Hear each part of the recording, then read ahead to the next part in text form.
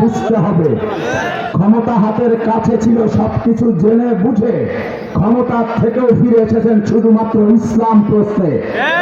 আজকে যদি আমরা দুইটা জোটের কোন একটা জোটে যেতাম, অনেকগুলো আসন পেতাম, ক্ষমতার ভাগিদার হতে পারতাম, এরপরেও এদেশের গণমানুষ, আপনারা জানেন এদেশের 92% মুসলমান যেই দলই করুক না কেন অন্তরে ইসলামকে লালন করে, ইসলামকে ভালোবাসে, ওলামায়ে কেরামকে মহব্বত করে।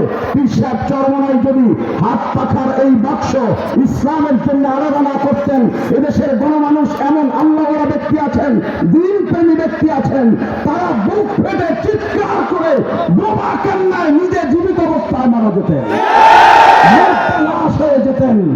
পীর সাহেব চরমনাই সিদ্ধান্ত নিয়েছেন, আমি ক্ষমতা চাই না, ইসলাম চাই। পীর সাহেব চরমনাই রহমতুল্লাহ স্পষ্ট বলেছিলেন, আমি আসন চাই না, ইসলাম চাই। আজকে ইসলাম পন্থী জনতা সব ঐক্যবদ্ধ হয়েছে, ইসলামের পক্ষে গণজোয়ার শুরু হয়েছে। ইসলামের পক্ষে গণজোয়ার দেখে আবার কারো কারো মাথা খারাপ হয়ে গেছে।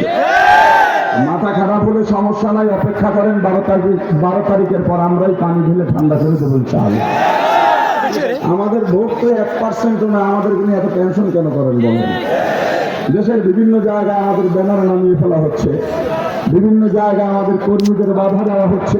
আরে ভাই, আমাদের ভোটই তো নাই। আপনাদের কথা, যাদের ভোট নাই আপনাদের উচিত, এদের ভোট নাই, এরা একেবারে নিচের মানুষ, তা আমাদের ব্যানার টানার দুই একটা আপনারা লাগাইয়া দেবেন।